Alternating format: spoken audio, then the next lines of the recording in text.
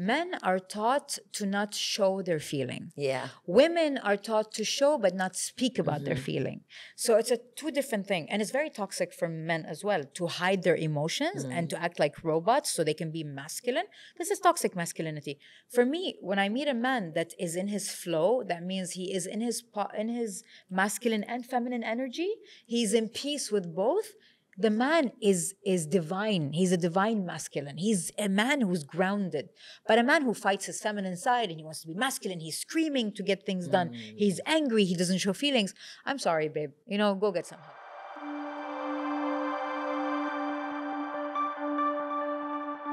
Welcome to the Daniela Baumann Show, where we explore the inspiring journeys, struggles, and triumphs of fascinating personalities from all around the world.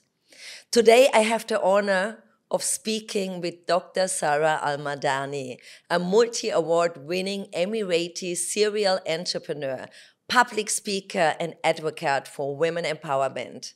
Her latest book, Dear Narcissist, Fuck You, is a powerful and personal account of her journey through toxic relationships, healing, and finding her inner strength. Today, we'll dive into her story, the lessons she learned, and the message she wants to share with the world. And before we start, we have something special for our listeners. We're giving away a copy of Sara's book and this amazing survival kit. To enter, simply leave a comment below this episode on YouTube. Tell us which part of today's podcast resonated with you the most. Well, pick one lucky winner. Don't miss this chance to get inspired and start your own healing journey. Get ready for an insightful, honest, and empowering conversations. Let's dive deep. Thank you for having my dear. me. It's an honor. Wow, I'm so excited. I am. Actually, doing this with you is such an honor because you're a woman that inspires a lot of women out there. Thank you so much. I remember when I saw you the first time, it was an event.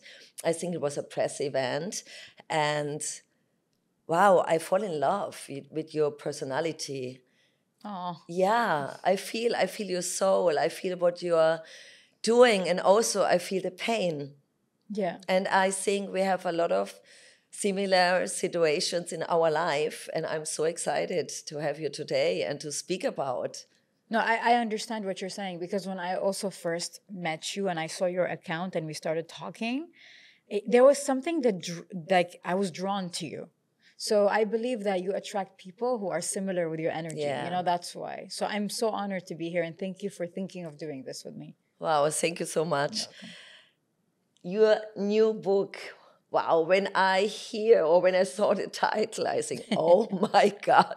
I think also it's very powerful, but also I feel there is a lot of pain, in the past. And I think your book delves into your personal journey of healing from toxic relationships and overcoming narcissistic abuse. What was the turning point for you that motivates you to share such a deeply story? The thing is, first of all, about the title, Dear Narcissist, Fuck You. It's a lot of people are like, oh, this is a very strong name. It's a very strong title. But to me, I earned it, Yeah. This book has been written with my blood, tears, and sweat, Mm-hmm. And I feel like that name, that title, I earned it, It's mine because I've been through 5 narcissistic abusive relationships. And of course, as a woman who's grown and learned and became an alchemist with her pain, an alchemy is to take pain and create something beautiful out of it. As a woman who went through all of this, I was like, I never, ever want any man or woman to go through this again. And I realized that, yes, healing can help you. Therapy can help you. A lot of things can help you, but nothing can help you. 80% of the work to survive, to heal, to leave such relationships is education. If you're educated about what is this thing, what does it do, how does it work, how do they think, I swear to God, when I was learning, it was like a light bulb went on. It was like switch. I'm like, oh my God. And then healing became easy because once you understand, healing becomes an easier journey. But if you're healing from something you don't understand, it becomes harder a little bit. So I took it as a promise and like an oath. And I said, and this book is not for women only, it's for men and women. Because women narcissists are even like worse than men, you know? So as I heard. Yeah. So this book is just for both of them. And if I can save one life from going through what I went through, I win, you know? So I took it as a mission. And you know, a lot of people are like, did you take revenge from these guys? Did you do anything? No. Revenge is not my job. It's God's work. It's an algorithm in the universe. I don't mess with these things, you know? I don't want karma. So what I do is, this book is my revenge. Opening people's eyes is my revenge. Teaching and educating people so they can walk away from these like abusive, non-human personalities or people with this disorder. This is my revenge. So yes, dear narcissist, fuck you, you know? Wow. Yeah. It's incredible. Wow. Thank you. Wow. My question is, how did you feel at this time? During the abuse? In these relationships, yeah. Horrible. The thing is, first of all, you feel horrible because you love the person so much and they're doing all of this to you. And then another emotion is confusion, because you feel like you deserve all of this because they brainwash you to think that it's your fault. They gaslight you and they make you believe everything is your fault. So confusion, because you sit for days and months and years and hours wondering, what did you do? And you can't find it. But you're so convinced that it's your fault. So this confusion, this brain fog is the worst part, you know? And then, of course, there's the physical pain that you go through from physical abuse. And then there is the mental pain you go from mental abuse. And then you feel like you're addicted. And what I really want to emphasize about the part where a lot of narcissistic relationships, if it's a male or female, the victim always says, I'm addicted. And I said it as well. I said, I'm addicted. And when I went to therapy or when I started my spiritual healing, I said, I'm addicted. And then when I did the educational part and I learned, I found out that I'm not addicted. I'm hormonally imbalanced. And the reason why I'm hormonally imbalanced is because the narcissists do that, you know, professionally. Yes. What they do is they love bomb you. Yeah. They take you up. Yeah. You release all these hormones, happiness hormones, endorphins, and all these happiness. And then at one point, they discard you and they drop you. So what does your body do? Release cortisol. And then you need that high. You want to go back to those emotions. Then they take you. And then by choice, they drop you. So what happens is up and down, up and down. It's like being addicted to drugs and cocaine, you know?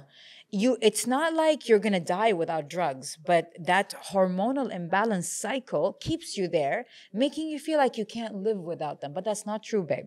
You're just hormonally imbalanced. And I remember when I studied that part, I said, oh my God, wait until I get my hormones in place and I'm going to fuck shit up. I'm going to come back and I'm going to fix this. So then you realize healing's so easy because regulating hormones is easy. Understanding the abuse is easy. Leaving the abuse becomes easy. So education is the biggest part. And this is why I wrote the book. And the book doesn't tell you my story because I don't want to weaponize my pain to make people buy the book. No, I've been through the pain. I've healed from it. This is to teach everybody how to spot them, how to leave them, how to heal from them, and how to thrive after leaving them. Because a lot of people feel lost after they heal.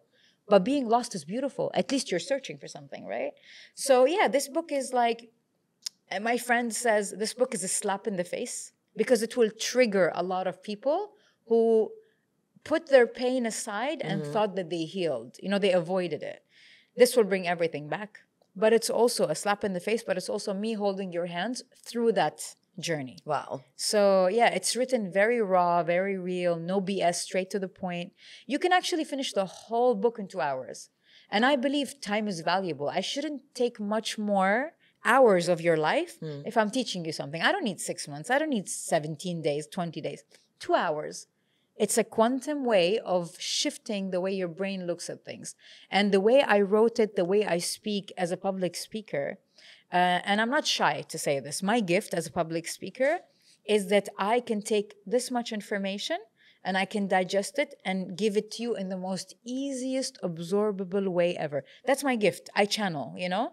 And I will, you know, as an advice for everybody listening, if you have a gift, don't belittle your gift. Honor it, respect it so it can grow. Because what you don't realize will not stay. If you don't acknowledge it, it will not stay. It will get weaker. It's like a muscle. You take it to the gym. And if you acknowledge it and you believe in it, you strengthen it. You know, it's, I always say, like, if you're stuck in logic, you miss out on the magic, you know? So it's all an ecosystem. It's all about understanding. It's all about like learning. It's all about growth. It's all about these things. But it's so important, you know, to understand that you are not the reason. It's not your fault. Because a lot of people think this is very hard, you know. I had all this experience in my past, and you are in this narcissistic relationship, and many times you think you are the problem. Yeah. You know, they give you the feeling that you are the problem, that you are give the mistakes. Yeah. And sometimes you think for yourself, oh, is he right? Or he tell you what you have to do, but he don't do it. You know what I mean? Yeah. He, like a simple, he say, okay, you have to, what I can say, be on time or something like this. But he make the difference. Yeah. And this is something also what may confuse me in the past, you know, that they promise something, but they don't do it. But they want it that you do it. You know what I mean? Yeah. Can I tell you 3 things about narcissists that, you know, I swear to God, if you look at any relationship and you're confused and you didn't read the book and you don't have time to read the book, which is okay, and you want to learn on your own, I'll tell you 3 things about them that can easily make you spot them. Or if you look at your relationship, you realize, oh my God, I am in one. Number 1, narcissists never do anything right. If you ask them to do something, they will screw it up, they will mess it up, they will forget. But you know what they're doing? They're training you to never ask. Because in your head, you're like, oh my God, if I ask him or her, they're not going to do it right. Let me do it myself. So they train you to never ask them for anything. That's number 1. Okay. Number 2, the control is unbelievable. Wow. My nails had to be white. My nails are pink now. They're not white. They're baby pink. My nails had to be white. My shoes had to be closed. I cannot show my toes, you know? My hair had to be a certain color. My clothes had to be a certain way. It was scary. It was like when he entered my life, he threw everything away and he's like, I'm going to dress you from now on. Okay? So that's the second thing. Then third thing is they act like they care so much so they can control where you are, who you're with, what you're doing. So they'll call you or they show up to your house suddenly, unannounced. And you know, you're like, what are you doing here? They're like, no, I just wanted to make sure you're fine. I worry a lot. You're like my baby. I care about you. Bullshit. Yeah. You know, it's control. These 3 things are enough to tell you you're in a narcissistic relationship. And you're right. You question yourself. And I remember like sometimes like I would be on stage giving a speech, okay? Or like going to an event that's big for me, okay? He will go there, he will argue with people there, he will make the whole experience bad, and then he'll make me feel like I did it to protect you. And when I go home, I used to say, oh my God, he's so sweet. He's right. He was protecting me from all these people who are trying to use me. He convinces you of bullshit. But then, you know, there are times where you sit and you go like, wait, that doesn't make sense. But you're still convinced that he's right. But he is right, but it doesn't make sense. If you feel confused like this, like, am I right? Am I not? Did I do anything I did not? This is gaslighting. Yes. You've been manipulated. You've been gaslighted. You've been trained like a puppy to be obedient to this narcissist. My question, how react the people around you about him? Well, I'm really wondering about your answer. Okay, I'm going to give you 2 things about this. Number 1, they isolate you. So they tell you your friend is bad, your friend is jealous from you, this guy is bad for you, this friend doesn't like you, this friend, the way he looks at you, and then suddenly you're alone. He makes you leave, she or he makes you leave everyone around you. If you lose your support system, they can easily control you, because if he does anything wrong and you question yourself, you have no more friends or family members around you to ask. So true. So yeah, so isolation is number 1, okay? Then number 2, when it comes to like friends, they sometimes, like when I tell my friends, oh my God, he beats me up, or he does this, or he throws me and he hits me and he lies to me and he controls my clothes. My friend would say, no, he's so nice. Wow. How? It's impossible. So the people around you think that you're the crazy one, and he's right, because in front of them, he's an angel. Behind closed doors, he's the devil, because he is so sure that you will never tell anyone anything about him, because he chose you as a woman or a man that is silent, that can keep his secrets. You are the person with so much ethics and morals, and he's going to use it against you. Wow. It's as simple as that. It's crazy. Throughout your career, you faced many challenges and setbacks. Can you share a moment when you feel like giving up, and what kept you going? I never felt like giving up. I just felt like being down. Okay. For some reason, my personality is, I have this leadership skill that I never give up. Because I'll tell you why. If you ask me, what is your biggest inspiration in life? I'll tell you death. I think death is beautiful. Death is the beginning of life. It's not the end of life. But I'm not promised money. I'm not promised success. I'm not promised love, happiness, children, anything in life. God never promised me anything. He promised me one thing: my free will and the right to live, and then my death. When am I dying? I don't know. It can be now. It can be tomorrow. It can be any second. So for me, living life is very important, because I might go any minute. So every moment is precious for me. Yeah. And this is why I never felt like giving up, even in the hardest moments. But I felt down. And I remember when I felt down, and I'll tell you something so beautiful. People always like, oh my God, they're trying to find God. They're trying to connect to God. Where do I find God? For me, I found God, but a lot of people are confused, agnostic, atheist. They're always looking for God, and I found where God was for me. Wow. There's a place in life called rock bottom, right? That's when you reach the depth, when you're broken, you lost everything. Rock bottom has a basement. It means when you reach the worst, there is a little bit worse than that. And that's where you find God. In the darkest places in your life, he's waiting for you. He's like a spark of light. He misses us. And I feel like I went through a lot of hardship because I was so far away from God that I had to go back to him. Yes. And the best way to go back to God is this way. I found him in the darkest place ever. And I remember, instead of crying and saying, why did this happen to me and all that, when I felt that connection with God, I felt his presence there at the lowest point in my life, which is crazy because people say you should feel God at the highest point. No. People forget God at the highest point in life. They treat God like a transaction, which is very sad because God is not a transaction. God is us. We are God. We are all one. We're from him. We're from one source, right? So when I reached rock bottom, I found God. And the questions, instead of being, why did this happen to me? It was, why am I here? Why am I alive? What's my mission in life? Why? I swear to God, I remember I was sitting down. I was in a mosque crying, and it was late at night. I was alone, and I was just connecting with God, and the questions completely changed. And I feel like when you're open and you surrender, because surrender is a big part of healing. And what does surrender mean? Surrender means, God, I'm going to do the work. Universe, God, whatever you believe in. I'm going to do the work. And the results, I surrender completely to you. So if it happens, if what I want happens, amazing. If what I want doesn't happen, then you know better than me. You've heard conversation I didn't hear. You saw things I didn't see. If you don't give it to me, I trust you. And if you make me wait for it, I trust you. So surrender is not doing anything and sitting at home and saying, whatever God wants me to be, I'll be. Nope. Surrender is doing all the work I have to do, but the result, I don't attach to the result. I don't romanticize the result. I'm not in love with the result. The result, whatever it comes, I trust God. And this is what surrender is. And I surrendered at that moment. And then everything came flowing into me. Like it was like channeling knowledge and information and all that. And that's when my soul kicked me and it's like, come on, get in the car, we're going to go heal, Yeah. I think in this moment you feel yourself, Totally. When I think all this journey, what we have in the past and all the pain, I think it's important for us, 100%.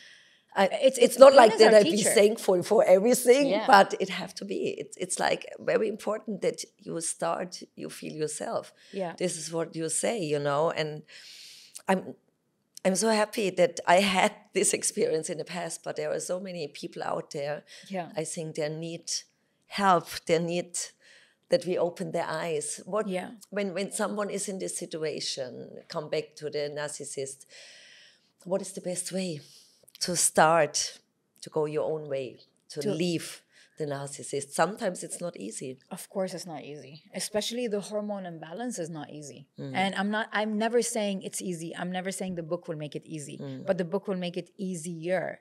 Because the first step of leaving is knowledge. Once you understand that everything they do is planned, it's a cycle, they're doing it willingly, knowing. And a lot of people say narcissists don't know what they're doing. No, they know. Because when they want something from you, they know how to act and behave. You know what I mean? Yeah. When they want to use you, they know how to act and behave. But when they don't need you, they step all over you. You know, if I was just to break down narcissism in like the most childish language ever, if you see a baby, you know, and a baby wants a new toy, right? He takes the new toy, he plays with it for a while, he dresses it, he puts it where he wants, he feeds it what he wants, and then he gets bored after a while. So he doesn't throw it away. He takes the old toy and he puts it on a shelf and he wants a new toy. Then he goes to the new toy. He plays with it. He gets bored of it. Then he's like, I'm going to go back to the old toy. And that's what narcissists do. They take people, they use them as supply, and they leave them hanging. They leave them, but they leave them hanging. They go to the next supply. If the next supply is not good enough, they go back to the old supply. So it's like hoovering. There's a lot of things. There's a cycle. And I think if we go into the cycles, we would need like 3 hours of conversation. But it's love bombing, devaluating, hoovering. It's a whole cycle, and they repeat it. And if you look at the narcissist, after being educated, and you look at my book and you look at the narcissist, you go like, oh my God, this is the devaluation. And then a week later, it's the love bomb. And then a week later, it's the hoovering. He's trying to get me back. And then the flying monkeys and this and that. When you read the book, you're like, oh my God. Wow. And then that makes it so easy to leave. The knowledge itself is a weapon. And then the healing is 30% of it all. 60% is the knowledge. It's very important. So once you learn, then you start to heal. And I feel like the best shield from narcissists, so they can never come to you again, ever, is knowing your self-worth and self-love. And in the end of my book, the last page, it says the narcissist's biggest nightmare is someone who knows their self-worth. Oh my God. I've seen women being approached by narcissists before, when I was broken, before learning, before healing. And I saw how charming the narcissist was, and he was trying to talk to the girl, and the girl's like, I'm busy, and she walks away. That woman knows her worth. And you know what he said? He was dying to get her, but then when she leaves and he comes back to the table, he's like, oh my God, she's a bitch. Narcissist. He could not get her. He tried to charm her. She saw his bullshit. She knows her self-worth. He hates her. So they cannot be entertained. You kill them. You starve them from supply when you know your worth. And when you don't react, because narcissists love reaction. They love a good reaction. They love a bad reaction. If you're screaming from happiness, they love it. If you're screaming from pain, they love it. Any kind of reaction is fuel to the narcissist. So this book teaches you how to starve them, how to kill them inside out, emotionally, so you can leave. And also, it teaches you how to protect yourself, because there are types of narcissism, and the worst type, they're sociopaths. They can literally, physically hurt you in a way that's irreversible. So the book also tells you to reach out for help. Wow, thank you so much. Yeah. I think this will help so many women, and also men, what you say. Of course, yeah. But coming back to your business, my dear, you start your first business at just 15 years old. Yeah. What was the biggest lesson you learned early and about resilience and determination? So, every time I did an interview and people ask me, what made you start a business at 15? At 15, people are playing with toys and cars. Yes. They know nothing about finance and leadership and employees and management and all that. And I always used to say, I don't know. My answer in every podcast and every interview in every magazine was, I don't know. My parents told me that from the day I was born, I started speaking at 9 months. I started walking at 10 months. I scared them a little bit. And when they saw me, they knew I was going to be trouble, trouble in a good way, because I was opinionated. I had a personality. I see my son having the same thing right now. And I used to always say, I don't know. Now I know. Because I've done the work. I've done the inner healing. I've done my spiritual journey. I'm an old soul. And I came with a lot of knowledge to this world again. So this is why I started the business at 15. Because I remember when I had a shop. I had employees at 15. Wow. Yeah, so I remember Incredible. when I used to sit and in my head, I go like, I'm 15? What do I do now? And then suddenly I would know. Like I would get downloads of knowing how to do things. So now I know the reason. As I'm an old soul, my son is an old soul because my son now knows a lot of things about business and life and even healing that I don't know at the age of 39. So he's my teacher. My son is my teacher. Incredible. Did no one teach you? Someone, a family member who educate you in this way? Nothing? None of my direct family members had a business. I was the only one. My aunt was a huge inspiration for me. I had two aunts. They both had businesses. One passed away from cancer, and God bless her soul. I'm so lucky to have a human experience with her. And then the other one, she was a hustler, and she was divorced, and she was going through pain and abusive relationship. So both of them were my inspiration, but I was not taught anything. Wow. Even my aunts did not know how to do it. They were learning. Like they were failing and learning. But I feel like my parents told me, you were always older than your age. And I believe that it's because I'm an old soul. Yeah. Did you had a lot of questions in your childhood? A lot. Because I also had experiences when I was young. Like I used to see things. I used to dream of things. So for me, I was like, what the hell's going on? Why is my sister normal? Why is my brother normal? Why am I the only one who sees this? And then I found out that it runs in the family. Like we have women in the family who are like very highly intuitive and gifted and all that. And, I wish my family did not tell me you're imagining, because they numbed it. Okay. For so many years, I thought, yeah, they're right. I'm imagining. And then it died away. And then later on, when it kicked again, I had dreams again when I got older, especially when I did the healing. I'm like, wait, this is the same thing my parents told me to forget about if it's coming back again. This intuition, this energy of creation. Because women, we have a portal. We create life, no? So that came back again. And this time I entertained it and I did not say it's not true or I don't believe in it and all that. So I entertained it until I made it stronger. So now it's part of my DNA, part of who I am as a woman. It's my magic. All of us have magic, but only the ones who believe can see it. If you don't believe, you won't see it. Did you think that you need to have all this painful experience in the past that you can help women or men in the future? Yeah. Daniela, I remember one guy once told me, I was in the street walking once in, I think it was London, if I'm not mistaken. And these fortune tellers on the floor, they read your fortune for you. So one lady and a guy, they were like, let's read your fortune. And for me, even if it's true, I don't want to do it because I love the unknown. I embrace the unknown. How beautiful it is to wake up and not know. Imagine knowing how boring life would be if we knew everything. So I said, no. And then he's like, the guy looked at me and he was like, can I give you one piece of advice? And I rejected the complete reading, right? And they said, can I give you one piece of advice? And I said, what is it? And he said, just do a past life regression. Wow. And I said, okay. He's like, just do a past life regression. And I said, I get it. And I heard about it. That was the beginning of my healing. I still didn't start my spiritual healing journey. He said, just do it, And I said, okay. And I kept it in the back of my mind. And I was like, I will do it one day. I'll do it one day. Because this guy, usually these guys ask for money. And this guy gave me an advice asking for nothing in return. I was like, maybe there's something there for me, okay? And then I started my spiritual journey.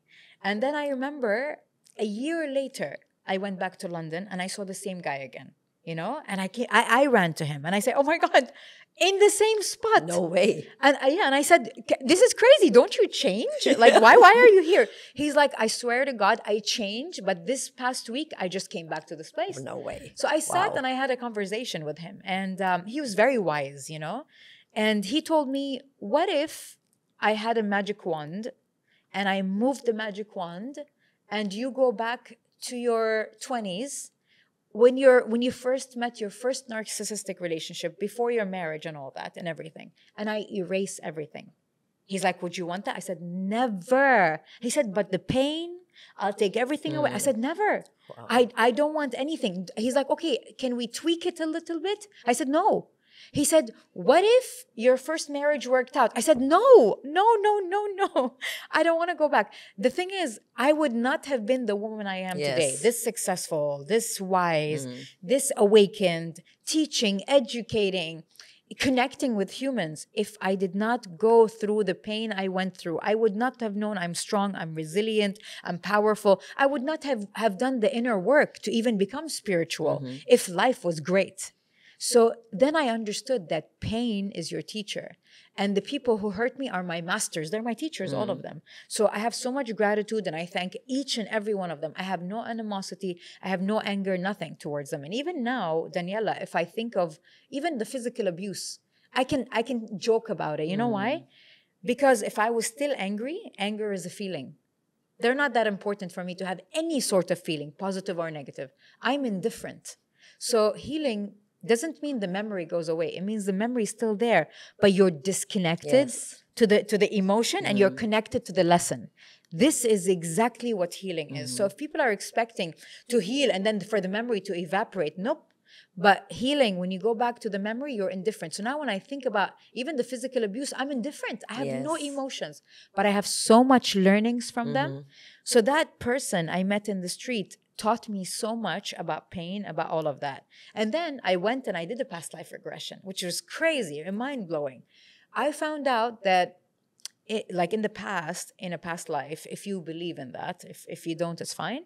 In a past life, I was a woman in the Pharaoh's days. I was a woman that protected women who were abused. Wow.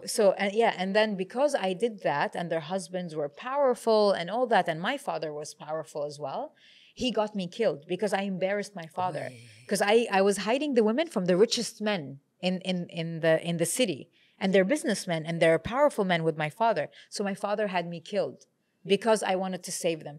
I came back with a vengeance that I will teach. You cannot stop me. You cannot kill me. You cannot take that away from me. And this is why I love this. I love being a light worker. I love helping people. In the beginning, it didn't make sense. I was like, are we chosen to do this? Is it a job God gave us? It is just our normal human nature to support and help. But my journey was not in this one. It was long way back. Wow. So I learned a lot. Like from healing, I learned so much. I also learned that, you know how people always say, oh, Sarah, can you wear a short skirt? And when I say no, I don't like it. I don't mind it. I love women, however they want to dress. But for me, it's not, I don't want it. When it's okay. It doesn't mean I judge women, right? So, and then they say you're not open-minded. Oh. But then, in the beginning, I was like, oh my God, am I not open-minded? When I was younger. But then I realized that being open-minded is not undressing the body. It's undressing the mind. And there's nothing wrong with the way women dress, whether it's short, long. They can do whatever they want. People can have the experience they want. We cannot judge. And if we're triggered, that means there's something we need to work on. Because nothing should trigger me. The way you dress shouldn't trigger me. The way you walk shouldn't trigger me. But if I'm triggered, and it means I am under your control, because you can trigger me anytime. I'm on your leash. Take me for a walk whenever you want. But healing is being in the same old situations that used to trigger you and not feeling anything. Because you've internally, dealt with your monsters, you've dealt with your shadows, you tamed your beast, you tamed your darkness. And it exists in you. And that's very important, because a lot of people think that when you heal, you become love and light. No? When you heal, you see the light and you see the darkness in you. And it's duality, it's yin yang. You live together with them, but your darkness is tamed, And that's what healing teaches a lot. And it's so beautiful, when you can help people. For myself, all the experience what I had, I can speak about it, And when you can speak up like a public speaker, like you are, you heal yourself in this moment. And this is so beautiful. Oh, yeah. Reveal it, heal it. The more you speak, the more you heal. And by the way, Daniela, if the people listening to this podcast, they go like, how? I always gossip with my friends about my problems. I'm not healing. It's not gossiping. No. The intention is to release. And think about it in this way. If you're listening to music on the radio, how are you listening to the music? It's frequencies carrying vibrations, and that's those frequencies carrying those vibrations create the music. So there's something carrying a vibration, right? Same thing in your throat. If you put your hand here and you say, you can feel a vibration. So there's a frequency coming out of your mouth when you talk, like a radio. Your intention, choose the channel you want to put on that frequency so it can exit your body. So when you speak your truth, that frequency is taking away trauma, taking away stored trauma in your body, releasing it. So they say, reveal it to heal it. It's as simple as that. So when you speak your truth, you are healing. But when you're gossiping, you're not healing. Yes. You know, it's not the same. So, and I always tell people, talking shit about people is not okay. No. But saying the truth about shitty people is okay. It's a complete different ballgame. You know? And you know, me, when I opened up about my abuse and I said that my marriages were bad and I was abused and I was in 5 relationships, I didn't have to give names of the people, because I will not benefit anything by hurting someone by name. Yes. But I will tell the story as it is. And a lot of people say Sara Al Madani is the Taylor Swift of podcast. If she's in a bad relationship, she'll air her dirty laundry on a podcast. And you know, I'm not airing dirty laundry because I can drop names, I can do this, I have proofs, I have videos, I have recordings, I have so many things against these narcissistic people that screwed my life, you know? I will not say screwed my life, tried to screw my life, you know? But I don't need revenge. I don't need to reveal in that way. Because if I say his name is this, he did this to me, that means I'm bitter. Yeah. And if I'm bitter, I did not heal. You are so right. I do not need to tell you anything about them. Screw them. I am here to teach you. Without names, without labels. I'm here to educate. That's it.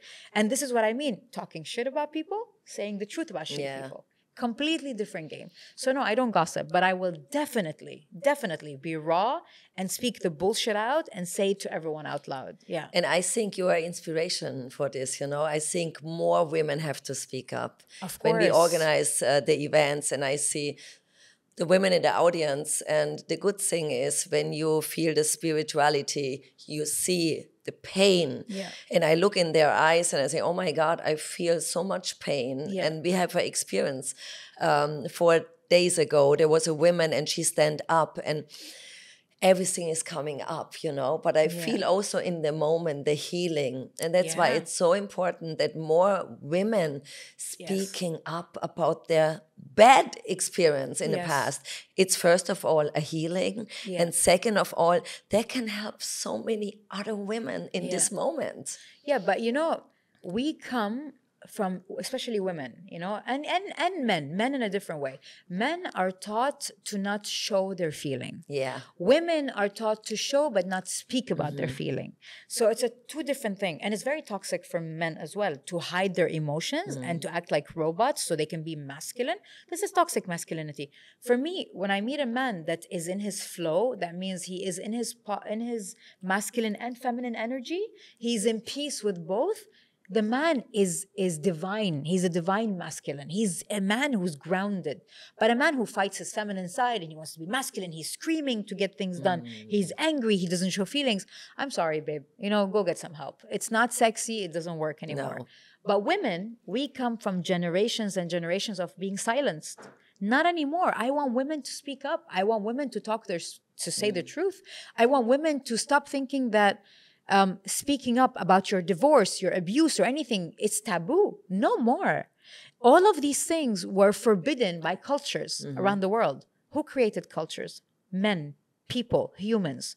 Why am I obliging by rules that keep me in a state of trauma so I can satisfy my people who are already in the graves? It's peer pressure from the grave because these people died. Whoever created these cultures, they died. Why am I still, you know, like feeding them while they're gone? I can create my own culture. Yeah. No, I urge women to speak up. I urge women to not be ashamed if you're divorced. I have a shirt that says divorcee and proud, and I wear it to the gym, to everywhere, because I want to show women it's okay. society makes women, not just in the Arab world. A lot of people say, oh, this is only in the Arab world. No, I'm sorry. I lived in America for a while. This is also in America. They make you feel like if you are divorced, that you are a branch from a tree that's broken. So that you left the tree and now you're just a broken branch, useless.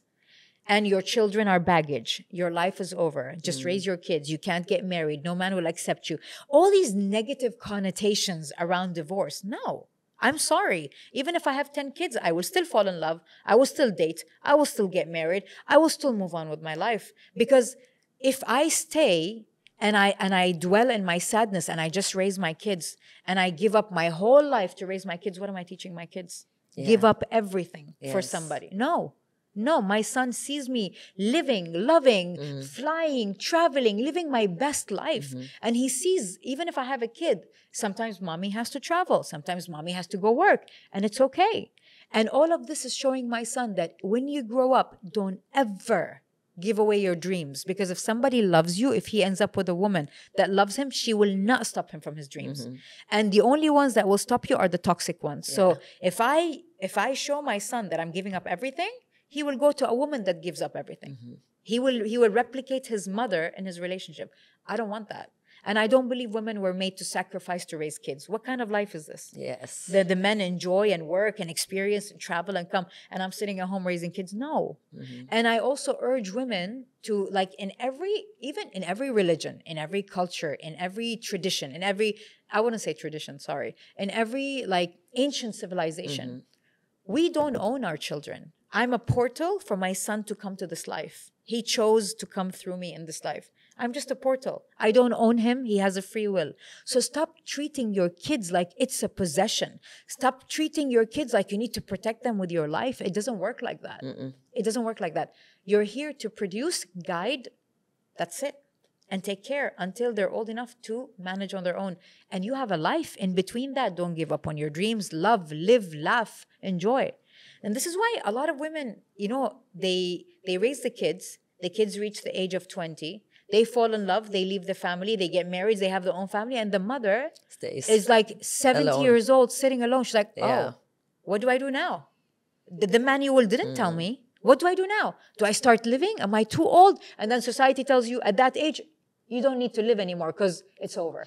Yes. Oh my God. So no, oh my God. No. These are all programming, Daniela. It starts. What I can say, it starts after 40. Yes. Oh my God. Yes. Of course, for you before. But my life starts after 40. Me too. My life started my late 30s. Yeah. And you know what? And it drives me crazy because I sit with a lot of women and they all talk. For example, we're on Instagram and there's a woman who's like 70 weightlifting and jogging. And my friends are in their 40s. They're like, man, I can't even move. How is she doing this?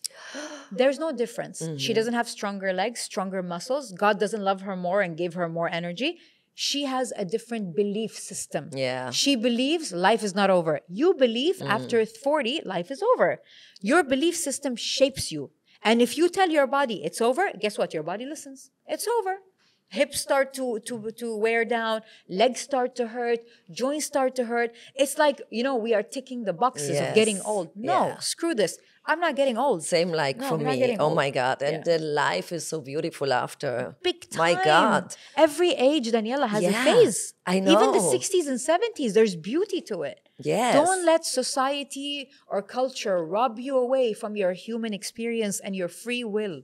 God gave it to you. Why are you giving it away to society? Yeah. Why are you giving it away to people? Yes. Oh my God, I can talk for hours. There are so many things in life what we can talk about. Yeah. And oh God, my life starts after. Oh my God. Before I was too much concentrated to find the true love, but I become also successful after 40. Yes. When it starts? When you stop to think about what other people think about you. Totally. It starts and then. Daniela, I want to leave everyone listening with something so important. Do you know what does creativity mean? Yeah. What is creativity to you, Daniela? Creativity to me, it's like that I can choose in my life new things to learn. This is creativity. That I educate myself. This is creativity. That I never give up. That I keep going. Yeah. This is creativity, and also try new things in life. Yes. It is. Yeah. All of these things add value to creativity because the Yeah. more you travel, the more creative you are. The more open, the more creative you are. The more you do things, the more you learn. The more you read, the more creative you are, Yes. right? But there's one tiny core belief in creativity. Creativity is being okay with being wrong. Yes. Yeah. That's it. Yeah, that's it. Yeah. I swear to God, people read 30 ways to be creative. They fly to Bali for seminars to how to be creative. I swear to God, it's here. Your freedom is here. And the key to this is in your hand. You can choose to unlock this and free yourself. Freedom is a state of mind. And creativity is being okay with being wrong, which means I want to do this, I want to do that, I want to do that. And if it's wrong, it's okay. Because what stops us from being creative, especially women, we are the power of creation, right? What stops us, both men and women, from being creative is, what will people say? What if it's wrong? Yeah. What if I do this crazy idea and they laugh at me? Don't care what people say. I can talk for hours, my dear, but we came to an end. I Oh my know. God. We have to do the next podcast We to go have to. dive deeper. And let's do a quick rapid fire round. I ask you some question Let's go. and I want you Quick to answers? answer right away. All right, let's go. And I know you don't want to have the questions before you No. was telling me. Okay. No, that's fine. Are you in love again? No, I'm single. No, Oh, single? I'm single, but I am in love with myself. Oh, wow. So Perfect. much. Oh, my so God. much, yeah. What does your dream man look like inside and out? My dream man looks like inside, kind, have done the work. I'm not saying a guru, a saint. We're not perfect. I do still do mistakes, even after my healing. But someone who's done the inner work, the basic foundation is clean, so it doesn't affect the relationship. So we don't bleed on each other while we didn't cut each other. I want someone funny. I want someone successful on my level because I've tried being with men who are not, and I was trying to push them to be more successful, but it made him feel less masculine because, the men I was with were using me financially. And after a while, even though he's sucking the money out and taking everything, but he starts feeling less masculine because you're doing better than him. So for me, out of love for the man that I'm with, I don't want him to be a billionaire, millionaire, as the same level of success as I am, so he can understand my life and we can grow together, okay? Another thing is he has to be my best friend. If I have to pick up the phone and call my best friend to tell her something, I'm not with the right man. He has to be my best friend and he has to be my leader. Because women love to submit, and women were born into submission. Submission doesn't mean I do whatever he wants, I dress however he wants. No, that negative way on social media. Submission means he's my leader. He's the man. He leads the pack. I want to be calm. I don't want to lead. I want to be creative. I want to flow. I'm a woman. I want to be feminine. So these things, and they're not hard. Physically, I want a man that takes care of himself physically because I take care of myself, And this shows me discipline. When a man has discipline, not obsession with his body, that's like, I don't want that as well. But someone who's disciplined with their health, their mental health, their body, and all that, cautious. Yeah. Someone who's cautious, that's it, and conscious. Wow. I mean, it's simple. They exist everywhere, don't they? And the last one sentence, love is for you. That's a tricky one. Love is acceptance. Wow. Love is accepting who you're with for who they are and not trying to change them. Love is accepting yourself because you cannot change that. You were created like this. So I feel like the biggest self-love lesson for me, like learning about self-love, was accepting myself. With my flaws, with my illnesses, with my this, with my thinning hair, with my bloating stomach. And the more I love myself, the more I'm in harmony with my body, the more my body listens to me.